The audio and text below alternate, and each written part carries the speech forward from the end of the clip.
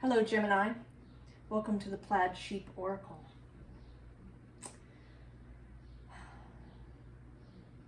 This is a very interesting reading.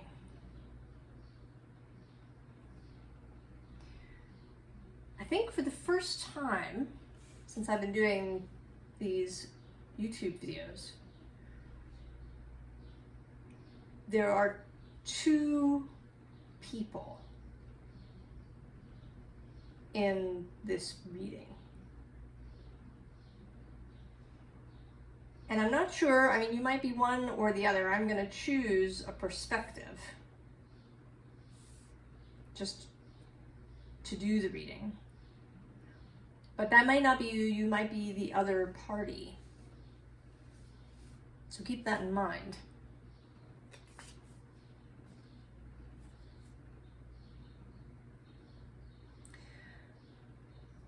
So the first card that came out is this Returning Home card.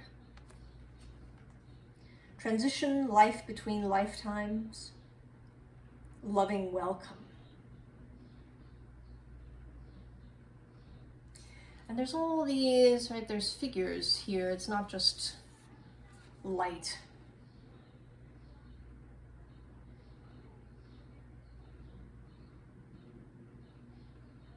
And I'm not sure if the way home is through here or if these beings are welcoming someone home on this end of the portal.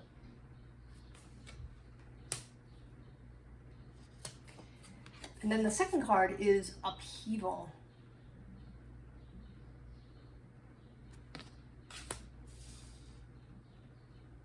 And that certainly shows up elsewhere in the reading.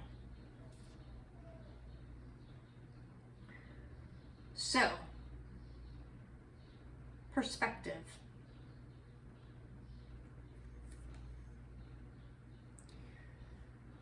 So I'm going to read from this perspective of this individual. So here you are, kind of wrapped up in your thing, perhaps planning something for yourself, in the process of building, of dreaming something into being, but really focused.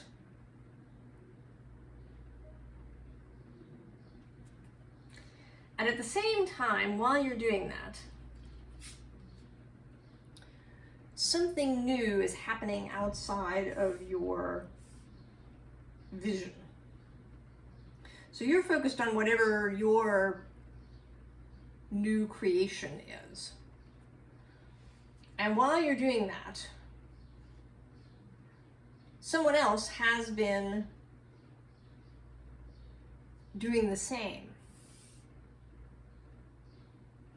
for themselves.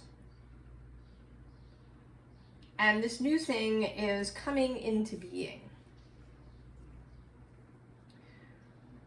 But it has not been a smooth ride, a smooth transition.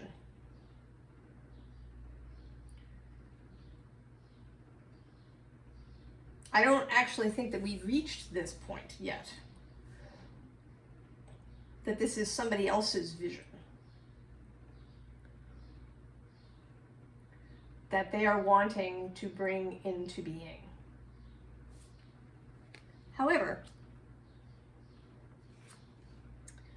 what we get now is the Tower followed by this Three of Swords. So I don't know if something has gone wrong with the plan, or if this is a kind of unintended and unseen consequence.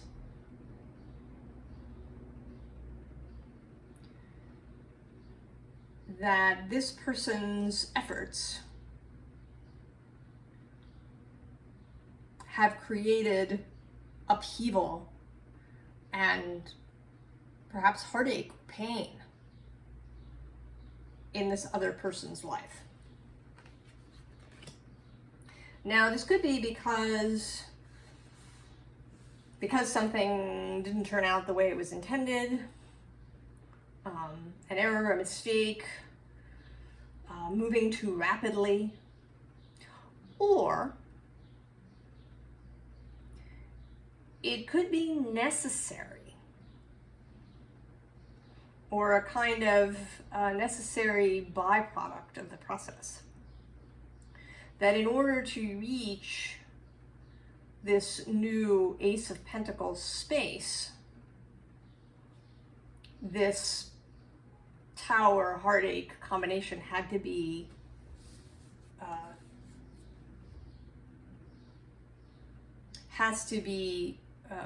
dealt with, has to be faced.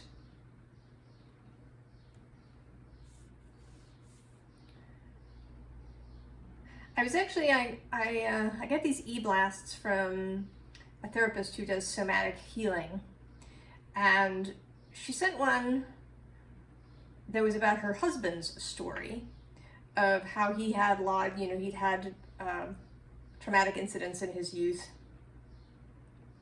And so he took up the spiritual path and he went to this retreat, and there was meditation and all kinds of yoga and activities, and it was a beautiful space, but it didn't actually have the needed effect. It was a bypass of sorts. It was a way, all of those beautiful things, rather than helping him to heal, were kind of papering over, helping him to manage his symptoms. It wasn't until he actually faced those things from his past, till he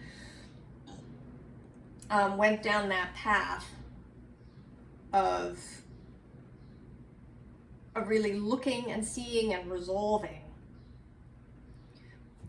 that he found relief and change and healing.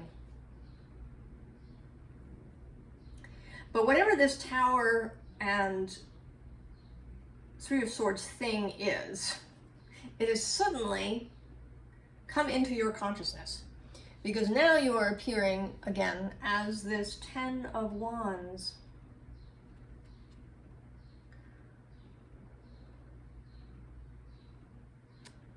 And you are distressed. And you may even feel, because it is this Ten of Wands, this burden, you may feel a sense of responsibility. That perhaps you should have prevented this, or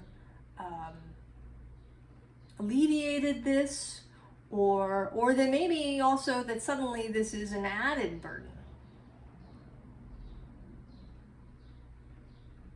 That this person's distress, the fact that they have this Tower going on that perhaps has made some major changes in their life. Perhaps something is falling apart. And you feel this as a burden.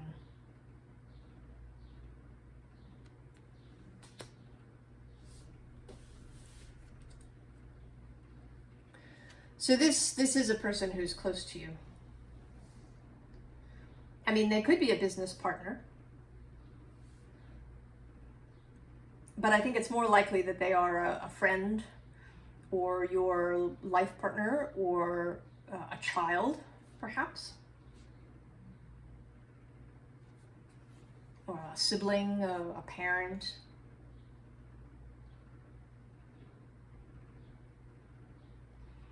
There is connection and commitment here.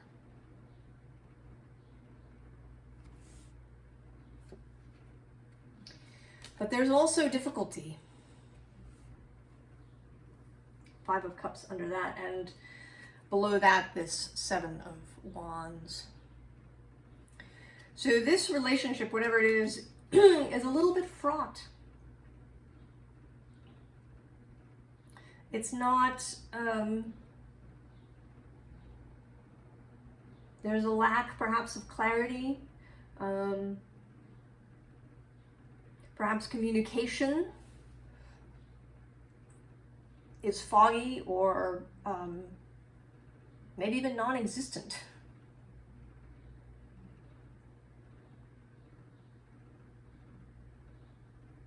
I have certainly encountered pairs of people in my life and have even been involved as a half of a pair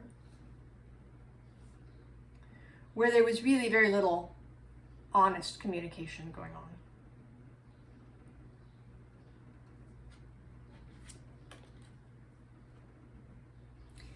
And it may be that you have this desire to fix everything, King of Wands, to wave your capable wand to solve this tower, to clean it all up.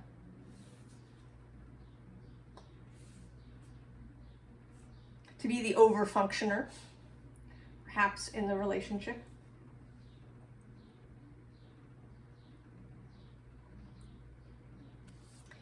But if you do that, you don't really create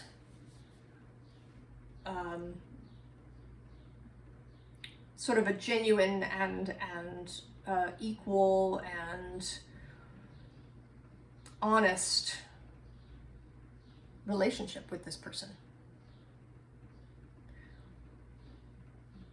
They may feel, right, this kind of card is both of you. One, you know, I feel like there's you back here staring at this person, wanting something to change, wanting to fix it, wanting it to be better.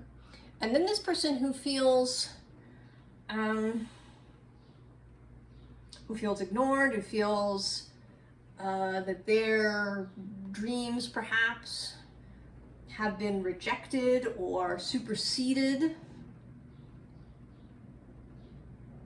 that they are unseen or unheard.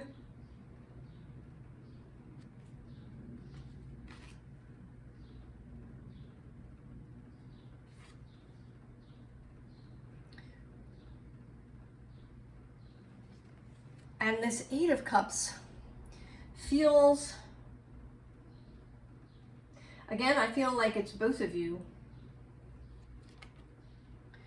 that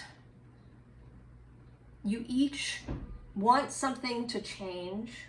You want to leave behind a way of interacting and doing things that is painful or isolating. But you don't know how to do it. You're in this push-pull relationship. And this card, actually, the oppression, you might expect was the Devil card, but in fact, it is the Tower repeating again.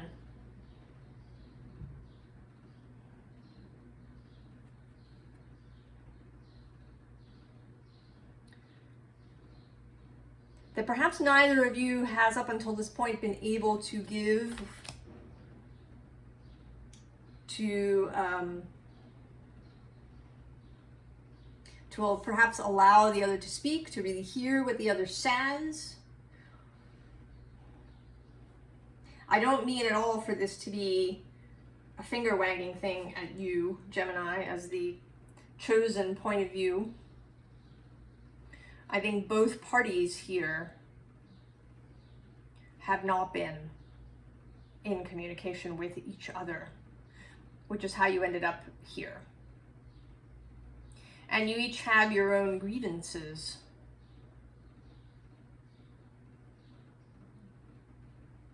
Perhaps that they've made this mess for themselves. And for them, that you were apparently not paying attention. So you both You both have grievances. You may both feel unheard.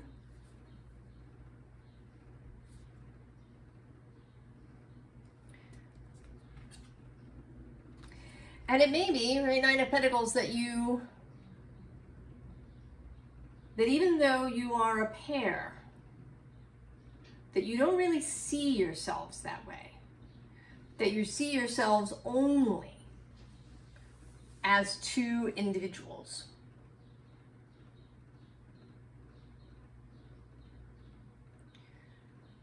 And I've certainly encountered that too.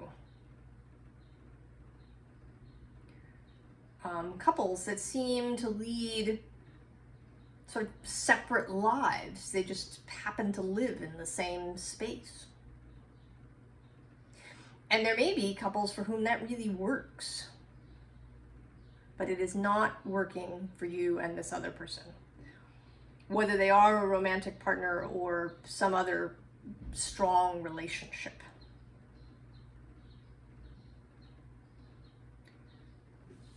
That interdependence is not a bad thing. It's a good thing, right? To be and participate in one another's lives. This is sort of coming out today, not as, you know, a good, healthy self-sovereignty. This is coming out today as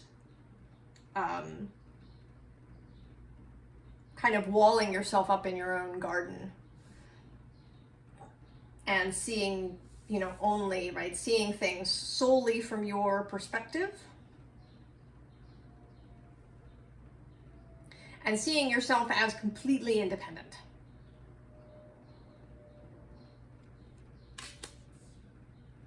Which isn't true for any of us. We're all interdependent on our whole, you know, web of knowing.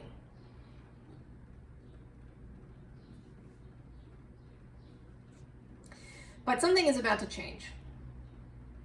And it may be related to this Cancer new moon that is coming up, if you're watching this when I post it, on the 17th of July of 2023. Or the shifting of the nodes from Aries, from the North Node into Aries and the South Node into Libra, which is a nodal axis that's all about self, right? Balancing self and other. Knowing how to be an individual within a partnership. And it may also have to do with Venus doing her retrograde through Leo, and Mercury, I think, is either about to or has already entered Leo. So he's now in this Venus space with relationships and really heart-based communication coming forward. Because we have the Ace of Bows, the spark of life, and then the King of Bows, the King of Wands repeats, but this time not alone. Right? There are many adders here. Right? Moving together, intertwined, lives intertwined.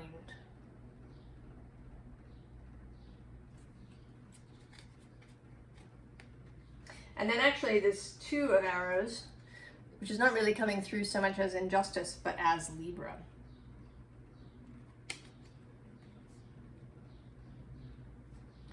So I think a new energy is entering into this relationship.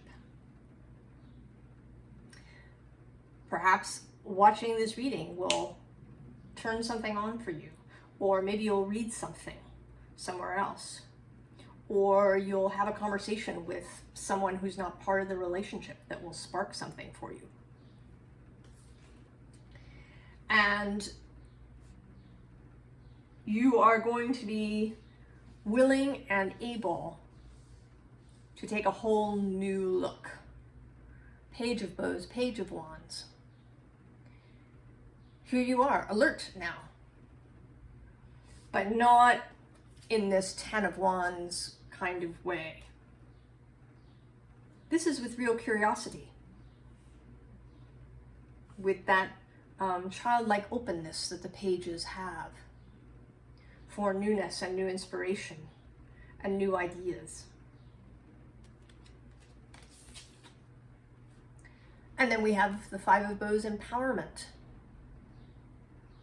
Understanding that you have the capacity, the ability to make changes, to do things differently. And that's followed by a second five, this Five of Vessels, of ecstasy. You're throwing off all these wands.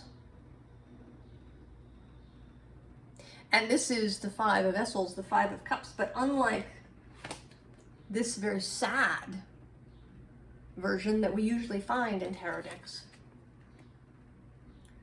we get ecstasy in this deck. And we get the pentagram shape, which is associated with Venus.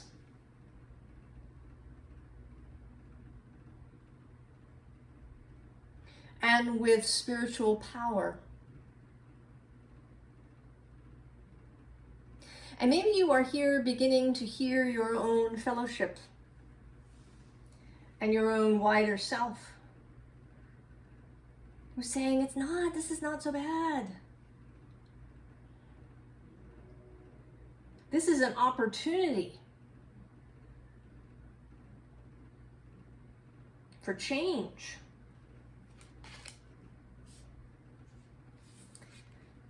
And so we have this lovely Six of Vessels reunion card. And here there's two otters, weasels, I'm not sure.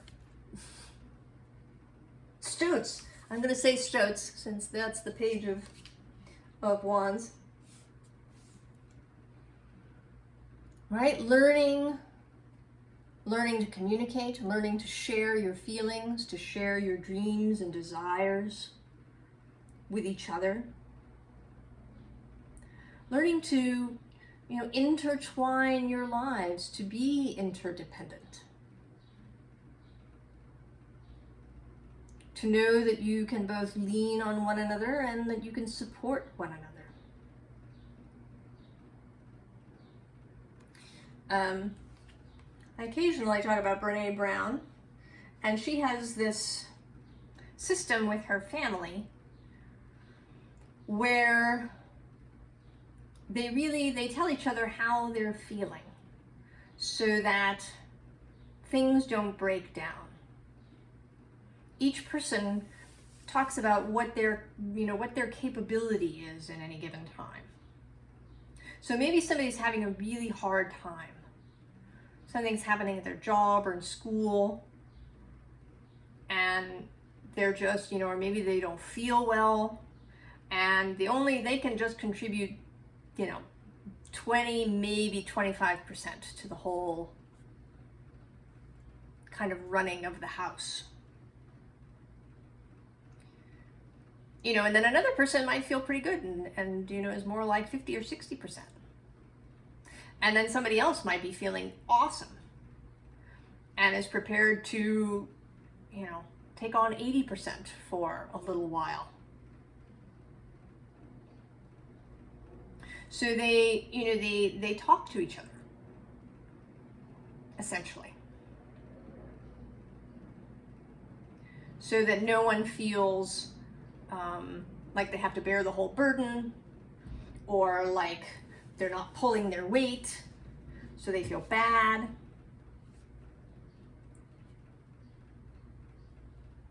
To really communicate with this other person about your needs and asking them about theirs.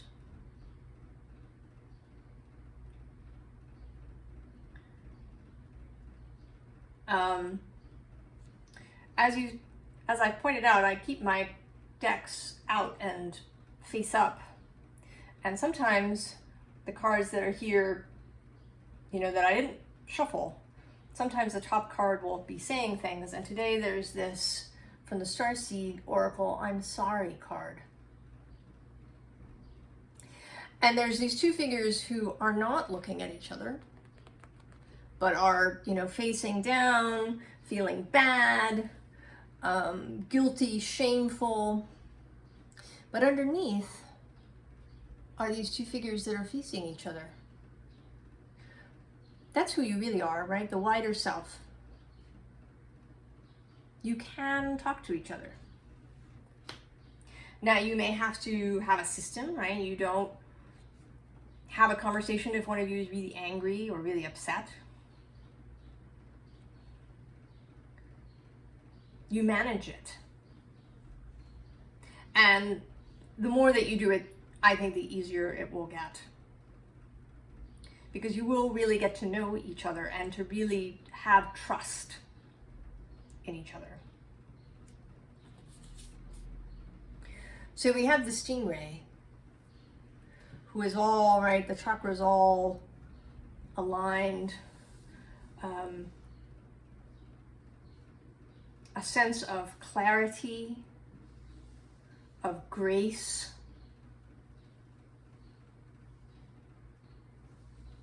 Right, and rays move in groups, moving together, dancing together. And then the underlying is this crow card, and underneath is the Hierophant. And I feel like the Hierophant at the moment is looking a little bit upset. There's all of this lightning going on, there's some yelling happening. But this crow is grounded, at peace.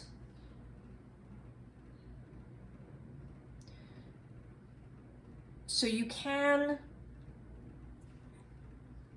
communicate, even if one person is upset or is having this tower moment that has been created in their quest for their pentacle.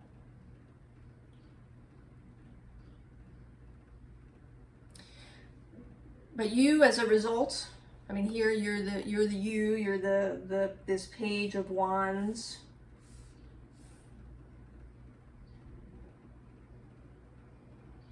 You may need to take the lead here, at least for a little while.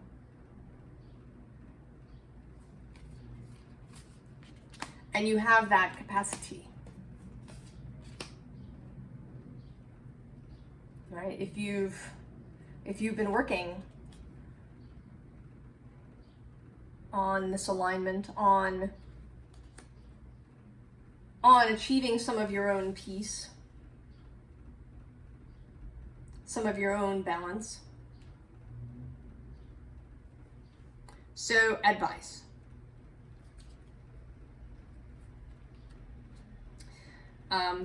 The Knight of Pentacles appears again, and below her is this Four of Cups. So don't ignore stuff. Don't ignore stuff. Pay attention, listen to messages that enter your garden. Right? You're not alone in this garden. It's shared. And then, just because, we do have the corpse of the past way of doing things.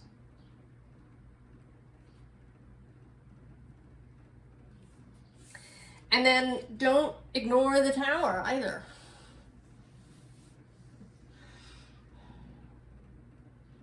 You may feel like the easiest course of action in your darker moments is to just ignore it. To just let them deal with it. Not your circus, not your monkeys.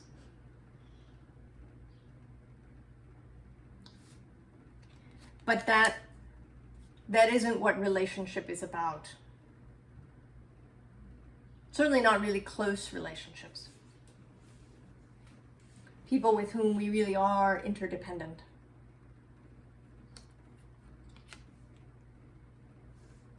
Ten of Cups. Being together, sharing emotional both triumphs and burdens,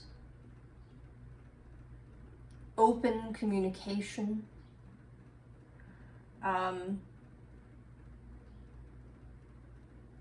a good definition of love that I've heard is if you love someone, you hold them as part of yourself, as that their best interests are equal to your best interests. Now, that doesn't mean that you give in to them all the time and just do only what they want. It means that you communicate with each other so that you find ways that are win-win, that don't have to be compromises where somebody's always, giving extra. But where you're willing to look at all the different possibilities.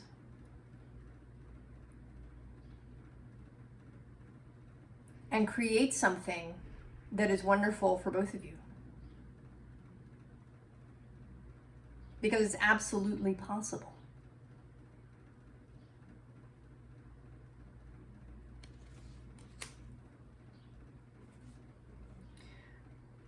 So as I say, final reminder that you might be one or the other of this pair.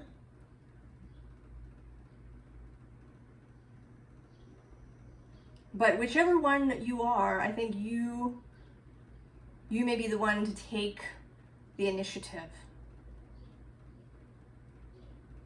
to create change in this relationship, which has all of this wonderful potential.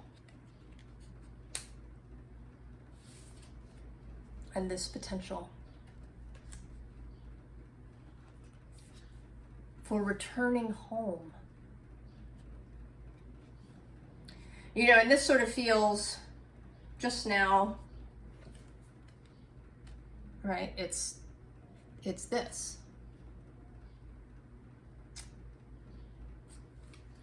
It's that commitment, that bond, that union with someone who you care for. Someone whose interests you hold as equal to your own. Because you love them. And they love you.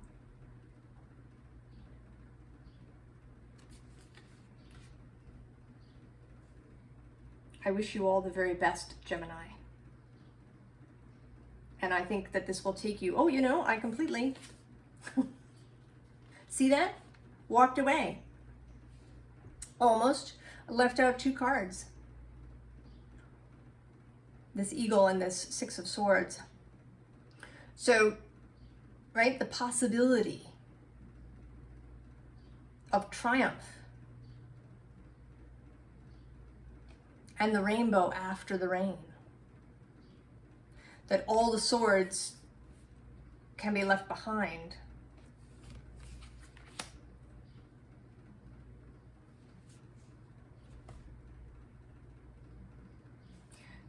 So the possibilities are really beautiful, Gemini. And I hope that you will take advantage of this moment, this energetic opportunity. I wish you all the very best, Gemini, and I'll see you next time. So long.